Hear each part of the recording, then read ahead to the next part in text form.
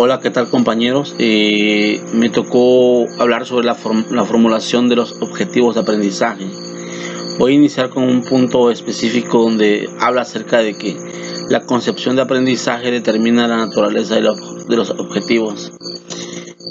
Hablar de las funciones fundamentales que cumplen los objetivos de aprendizaje es determinar la intencionalidad y o la finalidad del acto educativo y explicitar de forma clara y fundamentada otra función de la programación didáctica, la cual consta en dar base para planear la evaluación y organizar los contenidos. Se habla acerca de que es una advertencia que con la perspectiva de la didáctica crítica se evitará hablar de la clasificación exhaustiva de los objetivos. Únicamente se usarán categorías, objetivos determinales. Se advierte al profesor que emprenda la tarea de formular objetivos de aprendizaje, debiéndose tener presente las siguientes consideraciones, que son dos: que se expresen con claridad los aprendizajes, que se formulen de tal manera que formule o integre el objeto del conocimiento. Esta parte me gustaría enfatizar mucho, que tiene que ver con lo que es parte del currículum oculto, porque aquí es donde el docente, al hablar de planeaciones, tiene que analizar el contenido y especificarse lo que en sí va a llamar el objetivo para que el alumno en sí logre el aprendizaje. Los objetivos terminales de un curso son en sí lineamientos de la acreditación. Los objetivos explican la intencionalidad del acto educativo y sus criterios que orientan la formulación de objetivos. Los objetivos de la educación son parte de la lucha ideológica y política de la sociedad. Eso pues en tal manera, en suma a la didáctica tradicional y la corriente de la tecnología educativa, son características distintivas, tanto lo técnico como lo instrumental y lo metodológico, ya que el profesor, al dejar de lado tanto el profesor como el alumno fuera de ese planteamiento de los fines de la educación, convierte al primero, en este caso como el docente, en un ejecutor robotizado de metodologías ideadas y diseñadas por expertos tecnólogos educativos, y en este caso el alumno como un pasivo consumidor del mensaje educativo.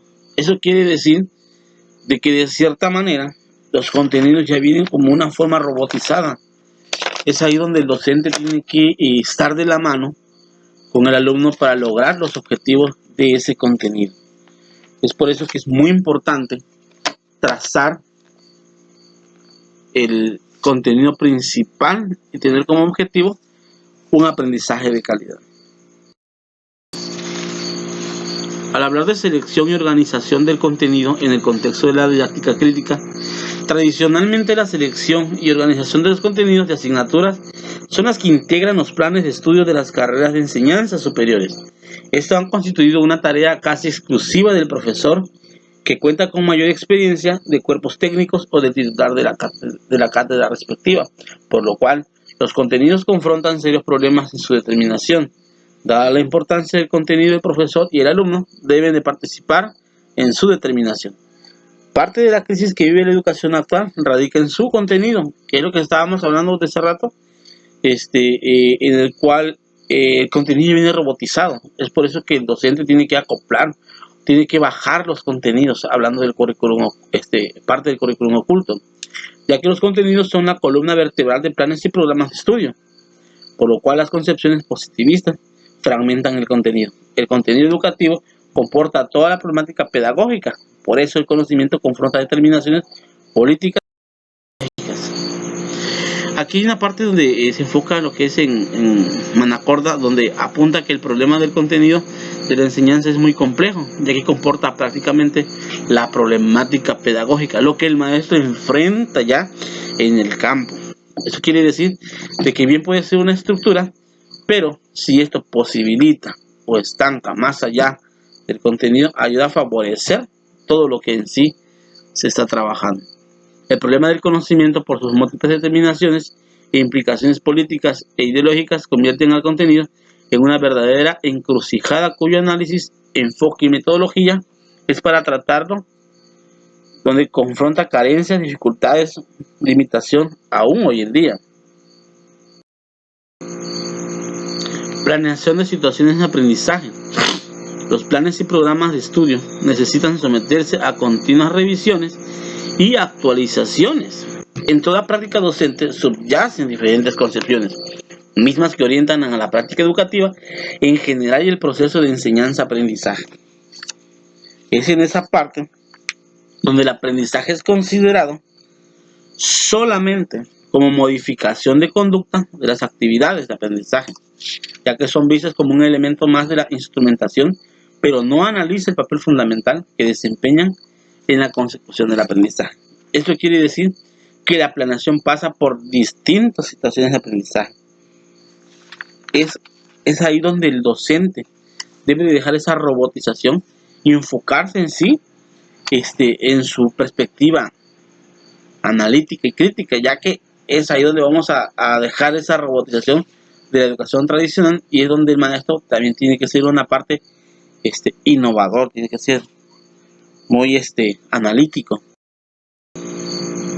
Parece importante destacar que las actividades de aprendizaje son en sí una conjunción de objetivos, de contenidos, de procedimientos, de técnicas y de recursos didácticos. Dado este carácter integrador de las actividades de aprendizaje, su selección debe apegarse a ciertos criterios. Uno, de la determinación con antelación de los aprendizajes que se pretende desarrollar a través de un plan de estudios. Tener claridad en cuanto a la función que deberá desempeñar.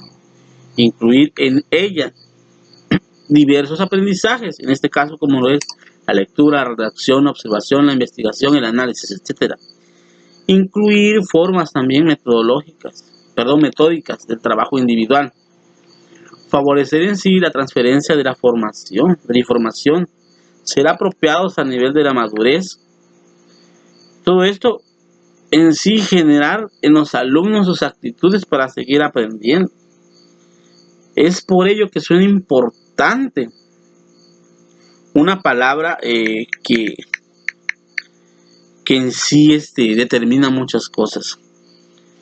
Lo que es la antelación, dice que es un hecho, una circunstancia de suceder o de hacer una cosa antes de tiempo, que en sí es el enfoque de la planeación, que lo tenemos que hacer con anticipación, planear todos los contenidos y ver que esa parte del pasivo y la parte robotizada, que es el docente, y la parte pasiva, que es la que recibe toda la información, se logra en conjunto. La problemática de la evaluación didáctica. Aquí prácticamente vamos a hablar acerca del pensamiento de Hilda Taba. Es importante, dice, que la evaluación, no obstante su importancia y trascendencia en la toma de decisiones del acto docente, así como en las propuestas de planes y programas de estudio. La tarea de la evaluación trasciende a la asignación de calificaciones. La evaluación constituye una empresa mucho más amplia y completa de someter a los estudiantes a exámenes. Para Hilda Taba, esa tarea de evaluar comprende de clarificación de los aprendizajes, desarrollo y empleo de obtener diversas evidencias, medios apropiados para sintetizar e interpretar esas evidencias, empleo de la información obtenida. Evaluación y acreditación. Una forma posible de ofrecer una alternativa al problema de la evaluación educativa pudiera ser la que hemos venido aplicando en los programas de docencia del CICE. Esta propuesta consiste en distinguir operativamente entre acreditación y evaluación. Vamos a hablar acerca de lo que es la acreditación, ya que se relaciona con la necesidad institucional de certificar los conocimientos con ciertos resultados que deben incorporarse en los objetivos generales de un curso. La evaluación entonces apunta a analizar o estudiar el proceso del aprendizaje en su totalidad, abarcando todos los factores que intervienen en su desarrollo para favorecer u obstaculizarlo. En este caso, la evaluación es una medición. Entonces vamos a ver si el alumno aprendió o ese aprendizaje, ese contenido que le enseñé, en lugar de que el alumno mejore su aprendizaje, obstaculiza. Es ahí donde vamos a analizar una pregunta muy importante. ¿Cómo caracterizaría la instrumentación en la perspectiva de la didáctica crítica? Esa es una pregunta fundamental. Dice que la didáctica crítica es una alternativa en construcción que surge como propuesta frente a la llamada didáctica tradicional y a la tecnología educativa. Es decir, la balanza de ambas partes. Entonces espero que les haya servido la presente exposición, en el cual es muy importante enfatizar de que existen grandes autores en los cuales comprenden mucho conocimiento.